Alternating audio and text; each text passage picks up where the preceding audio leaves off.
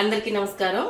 అయితే ఈ రోజు నేను వెజిటబుల్ బిర్యానీ చేద్దాం అనుకుంటున్నా. అంటే దమ్ బిర్యానీ అండి. వెజిటబుల్ బిర్యానీలో అన్ని వేసేసి ఎసట్లో వేసి రైస్ వేసేది కాదు. ఇదేంటంటే మనకి బిర్యానీ మనం ఎలా చేస్తాము, చికెన్ బిర్యానీ అయితే ఎలా చేస్తామో నేను యాజ్ ఇట్ ఈస్ దాన్ని అలాగే చేస్తాను, వెజ్ బిర్యానీని. ఓకేనండి. చాలా బాగా అయితే టేస్ట్ అయితే చాలా బాగుంటుంది. ఆల్రెడీ మా పిల్లలు వాళ్ళ ఆఫీస్కి తీసుకెళ్తే తిని ఏదో చిన్న పార్టీ ఉందంటండి. అయితే దానికోసం అని చెప్పేసి అమ్మతోటి వెజ్ బిర్యానీ చేయించుకొని రమ్మని చెప్పారంట. దానికోసం నేను పొద్దున్నే రెడీ చేద్దాం 9 కల్లా నాకు బాక్స్ రెడీ అవ్వాలని చెప్పేసి చేయడానికి స్టార్ట్ చేశానండి. అయితే ఇవన్నీ మా పిల్లలు కోసేసి కట్ చేసేసి అన్ని రెడీకి పెట్టేశారు. వీటికి కట్ చేసుకునే ఏమేంటి అనేది మీకు ఒకసారి చూపిస్తా. అంటే ఈ 3 పార్ట్లు ఉంటుందండి. ఎలా అంటే ఒక్కొక్కటి వెజ్ కట్ చేసుకోవడం, ప్లస్ మళ్ళీ రైస్ ఉడకబెట్టుకునేటప్పుడు మనకి ఏం కావాలని, మళ్ళీ మనం కర్రీని ప్రిపేర్ చేసేటప్పుడు అంటే గ్రేవీని మనం కలుపుకునేటప్పుడు ఇలా 3 స్టెప్పులు ఉంటుందండి. ఫస్ట్ స్టెప్ వచ్చేసి ఇవి మొత్తం మనం రెడీ చేసుకోవాలండి. ఇంతవరకు మనం రెడీ చేసుకుని పక్కన పెట్టేసుకోవాలి. ఓకేనా? ఇదిగోండి చూడండి, పచ్చిమిర్చి, బ్రౌన్ ఆనియన్స్కి నేను ఆనియన్స్ కట్ చేసి అక్కడ పెట్టేశారు. ఇదిగోండి బఠానీలు అండి, పచ్చి బఠానీలు. ఇవి మిల్ మేకరు అంటే నేను 1.5 కేజీ దాకా చేస్తున్నాను కాబట్టి ఎక్కువ క్వాంటిటీ తీసుకున్నానండి. ఓకేనా? అల్లం వెల్లిపాయల పేస్టు, పుదీనా, కొత్తిమీర, ఆలు, బీన్స్, క్యారెట్ అండి. ఇంతవరకు అయితే వీటిని అన్నిటినీ ఏంటంటే ఒక వాటర్లో ముందుగా నేనేం చేస్తానంటే ఈ ఆలుగడ్డలను ఈ బఠానీలు అయితే ఉడకవు కదండి, గట్టిగా ఉంటాయి. ఆలుగడ్డలు ఒకటి బఠానీలు ఒకటి గట్టిగా ఉంటాయి. దీనికోసం అని చెప్పి నేను ముందుగా ఈ రెండింటిని ఉడకబెడతాను. అంటే విడివిడిగా ఉడకబెట్టడానికి అంత టైం ఉండదు. అయినా కడిగేసి క్లీన్ చేసినాయి కాబట్టి నేను అన్ని ఒకే దాంట్లో ఒక గిన్నెలో ఉడకబెడతా. అది ఎలా అంటే ముందు ఆలుగడ్డలు వేస్తాను, తర్వాత ఇవి వేసేసి ముందైతే కొంచెం ఉప్పు వేసి ఉడకబెడతా. అది చూపిస్తాను మీకు. ఇదిగోండి ఈ గిన్నె నేను పెట్టేసి వాటర్ పెట్టేసుకున్నాను కదా. ఇందులో ముందు నేను ఆలుగడ్డలు వేసేసుకుంటున్నా. ఈ ఆలుగడ్డలు అంటే ఒక 50% ఉడకాలండి. మరీ మెత్తగా ఉడికించకూడదు. ఒక 50% ఉడికితే చాలు. అంటే మనం ఆయిల్లో కొంచెం వేపుకున్నప్పుడు, దమ్ పెట్టినప్పుడు మళ్ళీ ఉడుకుతాయి కదా, దానికోసం అని చెప్పేసి ఒక 50% మాత్రమే వీటిని ఉడికించుకోవాలి. ఓకేనా? బాగా మెత్తగా అయిపోతే ఏమవుతుందంటే ఆ బిర్యానీలో బాగుండదు అనమాట. మంచిగా మనకి అది స్ట్రెచ్చర్ అనేది గట్టిగా రాదు.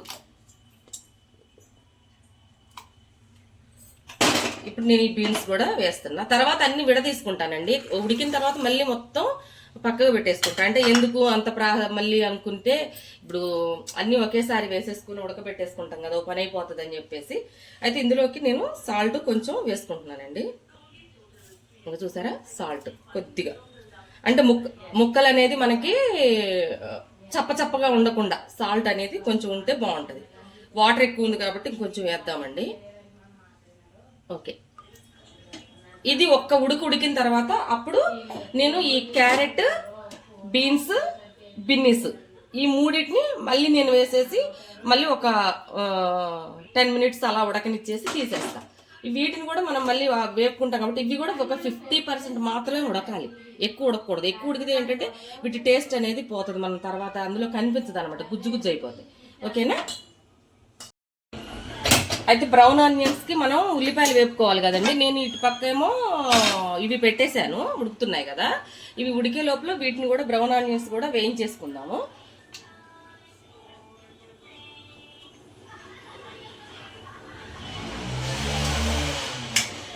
ఆయిల్ వేడికిన తర్వాత ఈ ఉల్లిపాయలకి కొంచెం సాల్ట్ వేసుకొని పచ్చిమిర్చి పక్కగా పెట్టేస్తాం.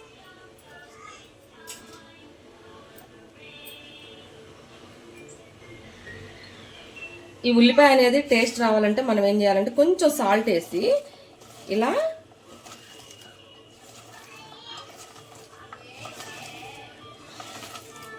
ఉల్లిపాయలు వేసామనుకోండి, అవి మొత్తం ఫ్రై అవ్వడానికి మంచిగా అవ్వవు అనమాట. ఇప్పుడు మంచిగా ఇలా మనం ఇలా అనేసి వేసామనుకోండి, ఆయిల్ వేడెక్కిన తర్వాత ఉల్లిపాయ అనేది చక్కగా వేగుతుంది. ఇక మా చిన్నమ్మాయి అయితే ఏంచిన కాంచి తింటుందండి, వీటిని మాయం చేసేస్తుంది. అందుకని నేను దాచుకోవాల్సి వస్తుంది ఒకసారి.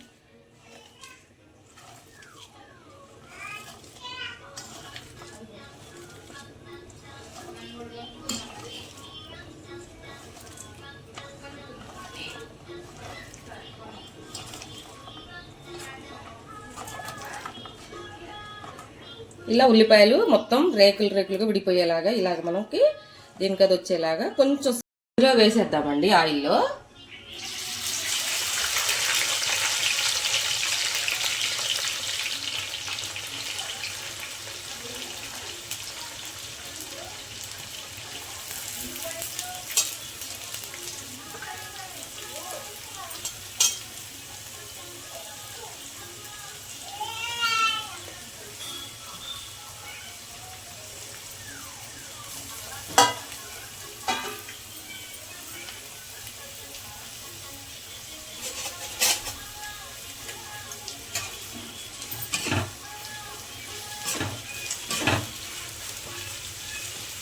ఇవి ఉల్లిపాయలు మాత్రం హైలోనే ఉండాలండి, ఎందుకంటే ఉల్లిపాయల్లో వాటర్ ఎక్కువ ఉంటుంది కదా.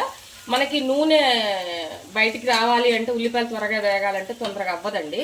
దానికోసం అని చెప్పేసి హైలోనే ఉంచాలి. నేను ఎప్పుడు మీడియంలో పెట్టండి, సిమ్లో పెట్టండి అంటుంటా, కానీ ఇది మాత్రం హైలోనే ఉండాలి. ఎందుకంటే ఆ వాటర్ అంతా అబ్జర్వ్ చేసుకున్న తర్వాత అప్పుడు సిమ్లో పెట్టి వేపాలన్నమాట. వీటికి ఉల్లిపాయలు కూడా ఎక్కువ మాడకూడదండి, బాగా మాడితే చేదు వచ్చేస్తుంది. చేదు రాకుండా మనం జాగ్రత్తగా అనేది వీటిని వేపాలి. ఓకేనండి, ఇవి ఆ మాత్రం ఉడికాయి కదా. ఇప్పుడు మనం వీటిలో నేను బీన్స్, క్యారెట్లు, బీన్స్ వేసేస్తున్నా అండి.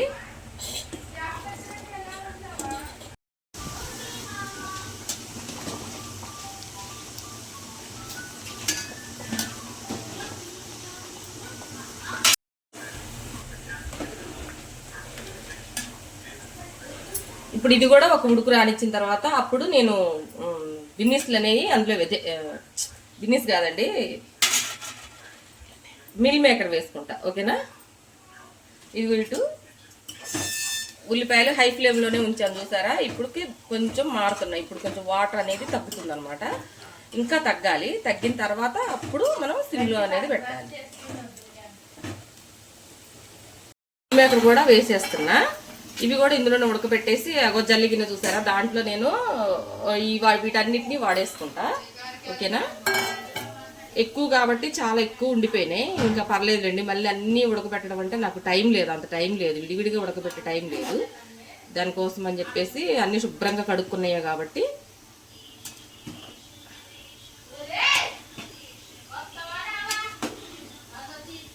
ఉడికిపోయింది. ఇప్పుడు బంద్ చేస్తున్నా, స్టవ్ బంద్ చేసి దీన్ని నేను జల్లిగిన్నెలో వేసేసుకుంటాను. వేసుకొని మళ్ళీ విడివిడిగా అన్ని విడివిడిగా తీసి మీకు చూపిస్తాను. ఓకేనా, అన్ని నేను ఉడకబెట్టేసుకొని ఇక్కడ పెట్టేశాను. ఇప్పుడు ఇదిగో చూడండి, ఇక్కడ మనకి ఉల్లిపాయలు కూడా హై ఫ్లేమ్ నుంచి నేను సిమ్లో పెట్టేశాను, వేగుతున్నాయి. ఇంకొంచెం వేగితే ఇవి అయిపోయినట్టేనండి. వీటిని కూడా తీసుకొని మనం పక్కకు పెట్టేసుకోవచ్చు. ఈ లోపల నేను వీటిని మొత్తం అంతా విడివిడిగా చేసేసి పక్కకు పెట్టేసుకుంటా. ఓకేనా, ఆనియన్స్ చక్కగా మాడకుండా గోల్డెన్ బ్రౌన్ కలర్లో వేగాయన్నమాట. ఓకేనా, వీటిని చల్లారి పెట్టేసుకుందాం, ఎందుకంటే క్రిస్పీగా ఉంటే మనం కలపడానికి తర్వాత మనకి చూపిస్తాను. ఇవి చూసారా, మిల్ మేకర్ అనేది ఉడకబెట్టేసి పక్కగా పెట్టేసాం. ఇవి బీన్స్ను బఠానీ అండి. ఓకేనా, ఇగో ఉడికిపోయాయి, ఇగో చూసారా. ఇది కొంచెం ఆయిల్లో ఫ్రై చేస్తా. ఇవి కూడా అంతే, 50% ఉడికాయి, ఎక్కువ ఉడకబెట్టలేదండి. ఇగో ఆలు కూడా అంతే, సారీ, ఇగో ఎక్కువ అనేది ఉడకపెట్టలేదు. మనం వేపితే గట్టిగా ఉండాలన్నమాట, కొంచెం ఒక 50% ఉడికితే చాలు. ఇప్పుడు దీన్ని ఒక పక్క వేపుకుంటూ ఒక పక్క నేను ఎసట్లో ఏమేమి వేస్తాను, రైస్ కడిగేసుకొని పక్కగా పెట్టేస్తున్నాను, మీకు చూపిస్తా. ఓకేనా అండి, నేను ఎసరు అనేది పెట్టేస్తున్నా. ఇప్పుడు పెద్ద స్టవ్ పెడదామంటే నాకు టైం లేదండి, రెండు పొయ్యిల మీద అవ్వాలి కాబట్టి వెజిటబుల్ బిర్యానీ అంటే కొంచెం టైం ప్రాసెస్ పడుతుంది.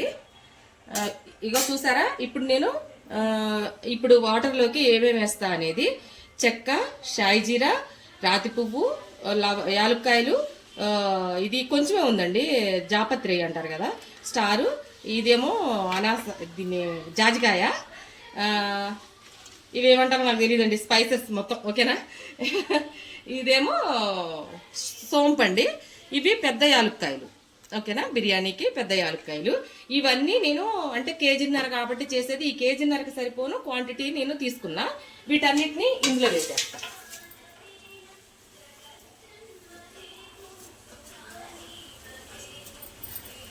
అదనమాట. ఇప్పుడు దీంట్లో మళ్ళీ ఇంకా నేను ఎక్స్ట్రా అల్లం వెల్లుల్లి పేస్ట్, అంటే రైస్కి మనకి మంచి ఫ్లేవర్ వస్తుందండి అల్లం వెల్లిపాయల పేస్టు.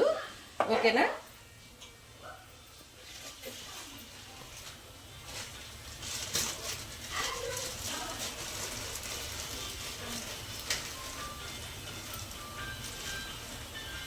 నేను ఉప్పు కల్లుప్పు వేసుకుంటున్నానండి, వాటరే కదా, ఓకేనా. ఉప్పు వాటర్ ఎలా ఉండాలంటే మనకి సముద్రపు నీళ్లు మన నోట్లోకి వెళ్ళిపోతే ఎలా ఉంటాయి అలా ఉండాలి. ఇప్పుడు అలా ఉందో లేదో తర్వాత నేను చూస్తాను. ఇప్పుడు మళ్ళీ అందులోకి కొంచెం పుదీనా, కొత్తిమీర,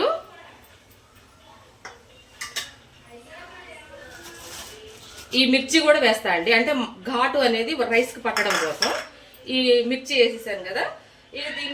దీన్ని ఇలా పెట్టేసేద్దాం. కొంచెం మసాలా పొడి వేస్తా అండి, కొంచెం వేస్తే ఆ మసాలా ఫ్లేవర్ కూడా మనకి రైస్కి పడుతుంది అనమాట. టేస్ట్ అనేది యాడ్ అవుతుంది మనకి మసాలా పొడి వేయడం వల్ల. చూసారా, కొంచెం ఇవన్నీ మనకి వాటర్లో చక్కగా మరగాలి. కొంచెం ఆయిల్ వేసుకోవాలి.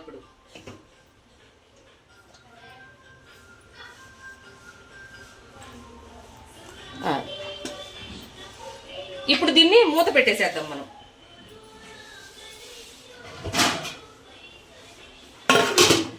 ఇది మొత్తం అందులో వేసేయండి. ఇప్పుడు నేను స్టవ్ వెలిగించేసుకొని మళ్ళీ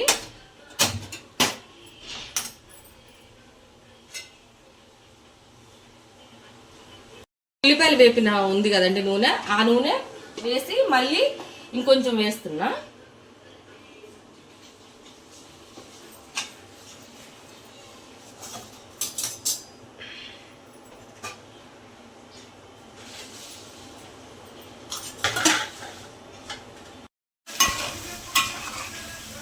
ఇగోండి వేగిపోయాయి. ఈ మాత్రం వేగితే చాలు. అంటే అది మనం ఉడకబెట్టిన పచ్చి స్మెల్ ఉంటుంది కదా, అది పోయింది కదా. ఇప్పుడు దీన్ని మనం తీసేసి పక్కకు పెట్టేసుకొని అన్నిటినీ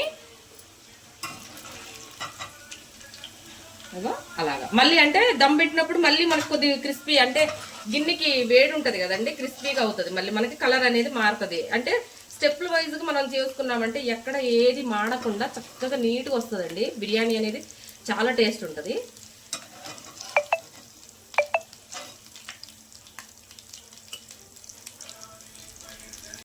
క్యారెట్ ముక్కలు కూడా వేసేస్తున్నా. తీసి పక్కన పెట్టేసుకొని మళ్ళీ వీటిని నేను వేసుకుంటున్నా.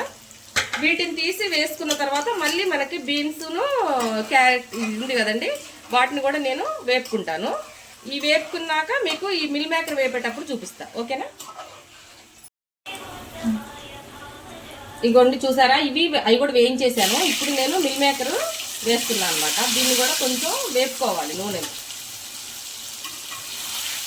మిల్ మేకర్ ఏంటంటే కొంచెం అదొక నాప వాసన అనిపిస్తుందండి నాకు ఎందుకు, అందుకని నేను ఉడకబెట్టిన తర్వాత కొంచెం అనేది ఆ మిల్ మేకర్లో వాటర్ పిండేయకుండా నేనేం చేస్తా అంటే ఆ వాటర్ తోటి మంచినీళ్ళే కాబట్టి అవి వేగేదాకా ఆ వాటర్ పోయిందాకా వేపుతారు. అప్పుడు ఏమవుతుందంటే మిల్ మేకర్ వేగుతుంది మనకి, ఆ నూనెలో వేగినంత కరకరలు ఆడుకోకుండా కూడా అదే మెత్తదనంతో మిల్ మేకర్ అనేది ఉండిపోతుంది, ఓకేనా. ఇప్పుడు దీన్ని మనం చక్కగా వేపుకుందాం. మనం ఎంత ఓపికగా చేసుకుంటే వంట అనేది అంత బాగా వస్తుందండి, ఓకేనా. ఈ మిల్ మేకర్ చూస్తుంటే మా నాన్న గుర్తొస్తాడండి. ఎందుకంటే మా చిన్నప్పుడు ఏమైందంటే ఒకసారి మా నాన్న ఏదో ఫంక్షన్కి వెళ్ళాడంట. వెళితే అక్కడ పలావ్ అంటే భద్రాచలం అంటే తెలంగాణనే కదండి, ఎక్కువ బగారా రైస్ వేస్తారు. అప్పుడు ఏమైందంటే మిల్ మేకర్ మా చిన్నప్పుడు మిల్ మేకర్ వేసేసి బగారాలో వేసారంట. వేస్తే మా నాన్న ఇంటికి వచ్చి, అరే మటన్ ఏంటి బోన్ లేకోకుండా అసలు ఎంత బాగా చేశారో తెలుసారా, బగారాలో మటన్ వేసారు, ఎలా వేసారు అని చెప్పేసి అంటే మా చిన్నన్నయ్య ఆడుకున్నాడండి ఆ రోజు మా నాన్నని. నాన్న నేను కూడా తిన్నా, నిజంగా మటన్ భలే ఉంది కదా నాన్న అని అంటే, నిజం రా నేను ఎప్పుడు చూడలేదని చెప్పేసి అన్నాడు. అలాగే మా చిన్నన్నయ్య చాలాసార్లు ఆడుకున్నాడండి మా నాన్నతోటి. అందులో ఇదొకటి అనమాట మిల్ మేకర్ కాడ. ఇది అసలు చాలా బాగుందంటే మా పెద్దన్నయ్య అప్పుడు చెప్పాడు, నాన్న అది కాదు, ఇది మిల్ మేకర్ దొరుకుతుంది, అది అట్లనే ఉంటుంది నాన్న అని చెప్పేసి మా పెద్దన్నయ్య అప్పుడు చెప్తే, అవునారా అమ్మ నిజంగా మటన్ ఉన్నట్టే ఉందని చెప్పేసి అన్నాడండి. అలా అనిపిస్తుంది అనమాట మనకి మిల్ మేకర్ అనేది. ఇప్పుడు ఈ కొంచెం వేగిన తర్వాత తీసేసి అన్నీ కలిపేటప్పుడు మళ్ళీ మీకు మొత్తం తీసి చూపిస్తా. అయితే ఒకసారి చూడండి, ఈ రైస్ అనేది ఉడుకుతుంది కదా, అది మరుగుతుంది కదా, దీన్ని నేను అప్పుడే తీయనండి. ఇదేంటంటే మనకి ఈ రైస్ అందులో మొత్తం అంతా ఉడికేసి వాటర్ అంతా కలర్ మారిపోవాలి, బాగా ఫుల్గా మారిపోయిన తర్వాత నేను ఈ వేస్టేజ్ ఏదైతే ఉందో అదంతా తీసేస్తా. ఎందుకంటే తినేటప్పుడు తినే వాళ్ళకి కొంచెం ఆకలితో తింటుంటారు, మంచిగా టేస్టీగా ఉంది కదా ఎంజాయ్ చేసుకుంటూ తింటారు. అందులో ఇవన్నీ తగ్గితే మనకి ఎలా అనిపిస్తుంది అంటే నాలుగుకి అడ్డుపడ్డట్టుగా ఏదో అనిపిస్తుంది. ఓకేనండి, చూసారా ఈ వాటర్ అంతా చక్కగా కలర్ మారిపోయింది కదా. ఇప్పుడు నేను ఈ ఉప్పు ఉందా, సరిపోయిందండి. ఇప్పుడు దీన్ని నేను ఈ వేస్టేజ్ మొత్తం తీసేస్తా. నీళ్ళకైతే ఘాట్ అనేది పట్టేసింది కదండి. ఇప్పుడు మనకి దీంతో అవసరం లేదు. ఇప్పుడు మనకు వాటర్లో ఉన్న టేస్ట్ ఉంటే చాలు.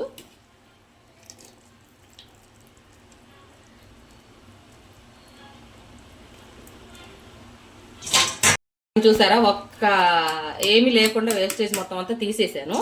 ఇప్పుడు దీంట్లో నేను ఎసరేసేసుకుంటాను బియ్యం.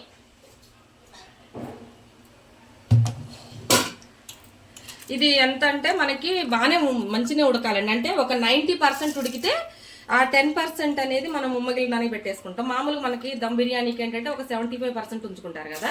దీనికి అంత అవసరం లేదు. ఎందుకంటే చికెన్ అనేది మనకి పచ్చిగా ఉంటే ఒకవేళ వేపుకుంటే పర్లేదు, వేపుకోకపోతే పచ్చిగా ఉంటే ఏమవుద్దంటే అది ఉడకాలి కాబట్టి దానికోసం అని చెప్పి మనం రైస్ కూడా తక్కువ ఉడికిస్తాం. ఇప్పుడు ఇది 90% ఉడికి మనకి 10% ఈ ముక్కలతో పాటు ఉడుకుతుంది అనమాట. ఇది మొత్తం వంపేసుకున్న తర్వాత మీకు నేను కర్రీ కలిపేది మళ్ళీ నేను మీకు చూపిస్తాను. ఇదిగోండి, ఇవన్నీ వేగిపోయాయి కదా. ఈ వేగిపోయిన ముక్కలన్నిటినీ నేను ఒక దాంట్లో వేసేసుకుంటున్నాను. ఇప్పుడు దీనికి కర్రీ గ్రేవీ అనేది కలిపేసేసి మనం దమ్ పెట్టేసుకోవడమే.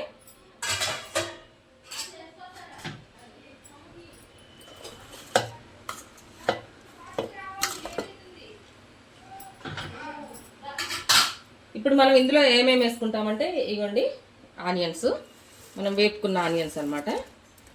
ఆల్రెడీ మా చిన్నమ్మాయి 2 సార్లు తినేళ్ళిందండి.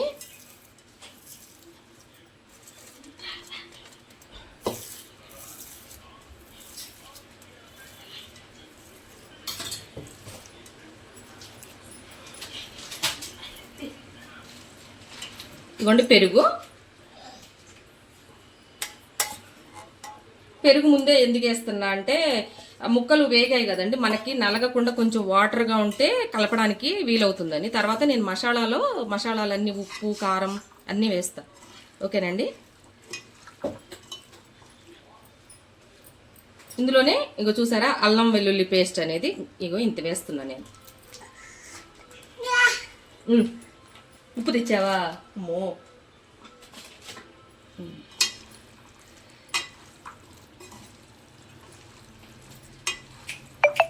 పిసకకూడదండి. మనం ఆల్రెడీ వేగి ఉన్నాయి కాబట్టి చాలా జాగ్రత్తగా వీటిని అనేది కలుపుకోవాలి. మనకు చక్కగా ఉడికి వేగి ఉన్నాయి అన్నమాట. ఇందులో మనం ఇది పన్నీర్ వేసుకుంటే కూడా బాగుంటుందండి. అయితే పన్నీర్ అనేది ఇంకా వేయట్లేదు, నేను మామూలుగా ఇలాగే చేస్తున్నా. ఓకేనా, ఇప్పుడు దీంట్లోకి వచ్చేసి ఇంకా మనకి అంటే నేను 2 నిమ్మకాయలు పిండుకున్నానండి. చూసారా ఈ పులుసు సరిపోతుంది. కొంచెం ఎక్కువ కాబట్టి మామూలుగా అయితే అంత వేసుకోకండి. మామూలుగా ఇంట్లో వరకు అయితే ఇంత అవసరం లేదు. ఇది ఏంటంటే కొంచెం ఎక్కువ కాబట్టి ఇప్పుడు ఇందులో నేను పసుపు మసాలాలన్నీ వేసి ఏమేమి కలుపుతానో చూపిస్తాను మీకు. పసుపు అండి,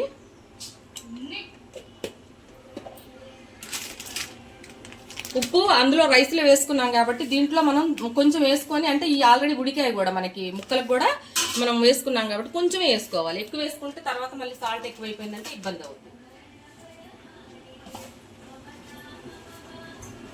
పుదీనా కొత్తిమీర అండి, కొంచెం దమ్ పెట్టేటప్పుడు మనకు కావాలి కాబట్టి కొంచెం ఉంచుతున్నాను.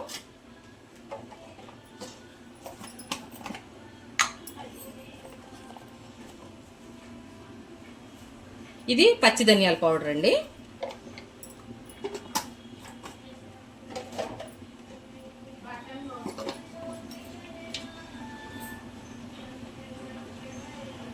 ఇది మెంతుపిండి.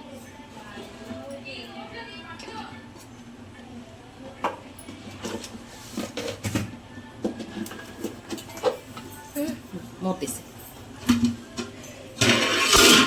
అర్రే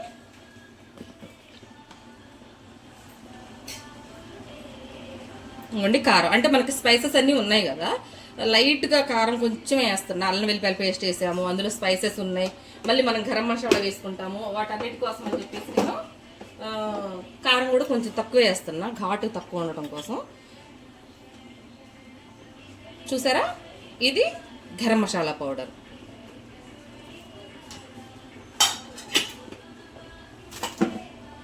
ఇప్పుడు ఆయిల్ పోసుకుంటానండి.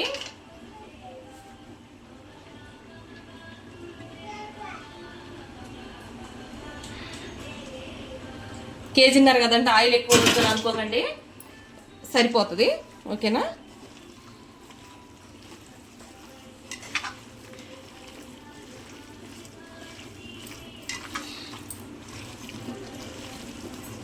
కేజీన్నర అంటే మనకి ఇవి కూడా ఉన్నాయి కదండి, కేజీన్నర దాకా.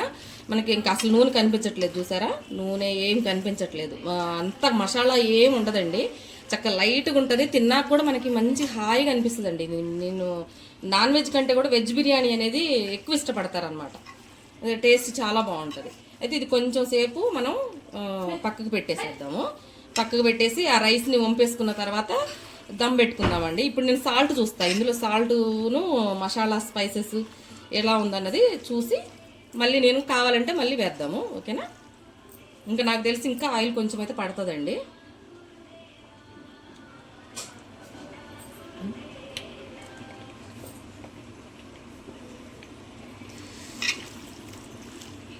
నాకైతే అన్నీ సరిపోయినట్టుందండి, కారము అన్నీ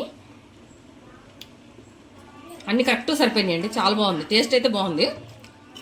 బిర్యానీ ఎలా వస్తుంది అనేది మా పిల్లల ఆఫీస్లో వాళ్ళు తిని మాకు చెప్పాలి. ఇది కొద్దిసేపు నేను పక్కకు పెడతా. ఓకేనా?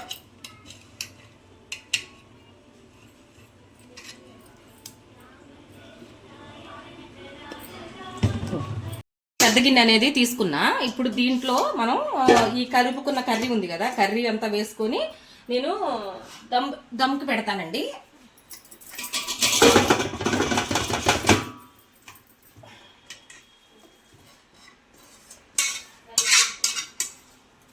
ఆయిల్ చూసారా ఎక్కడా కనిపించట్లేదు, కొంచెం అయితే వేస్తా అండి. మళ్ళీ కొద్దిగా ఆయిల్ ఉంటేనే బాగుంటుంది, అన్నం మనకి పొలపొల్లాడుతా బాగుంటుంది అనమాట. ఓకేనా? చూసారా?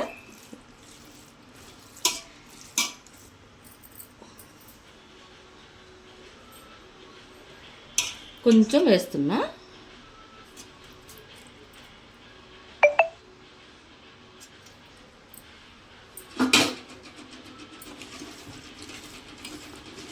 ఇందులో నేను నెయ్యి వేయట్లేదండి. నెయ్యి వేస్తే మా పిల్లలు ఎగటొచ్చింది, నేతి వాసనలాగా వచ్చింది, తినమని అంటారు. అందుకని నేను నెయ్యి అనేది అసలు బిర్యానీలో అసలు యూసే చెయ్యను.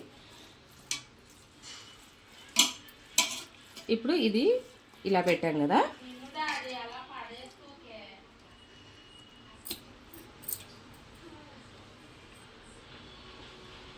ఇదిగోండి రైస్. నేను ఇగో చూసారా ఆల్రెడీ ఆల్మోస్ట్ ఉడికిపోయింది. ఉడికిపోయిన రైస్ని నేను వేస్తున్నా. అంటే మనకి ఏం లేదు, ఆ ఉమ్మగిలితే చాలు.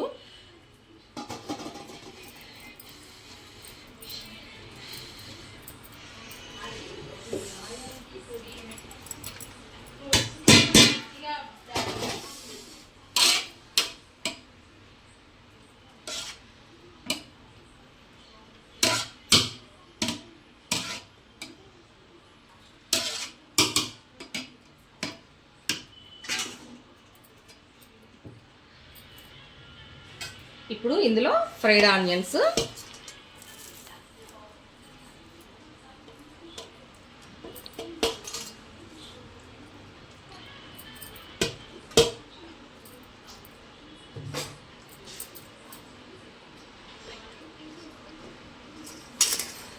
పుదీనా, కొత్తిమీర అండి.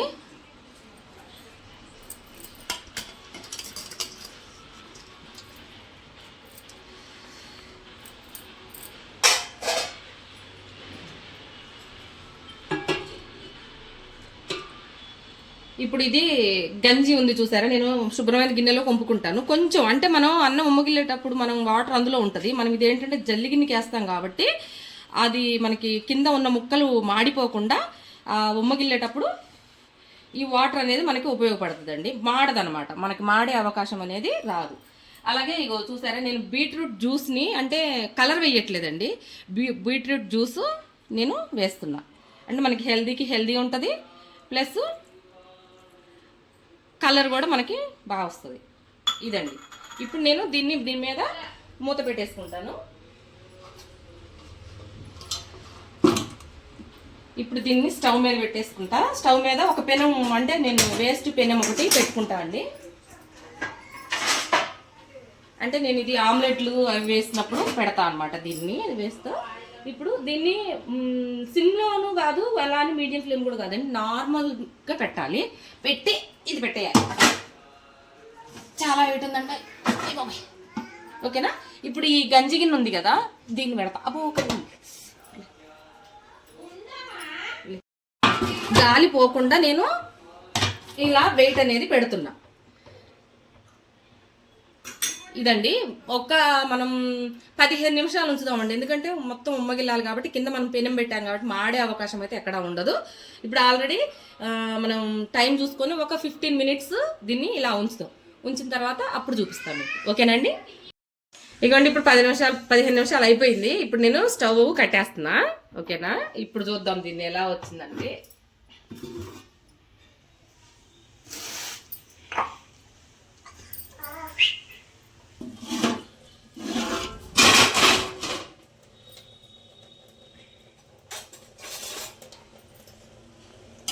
ఇవన్నీ చూసారా, సైడ్లు వాటర్ అనేది లేదు.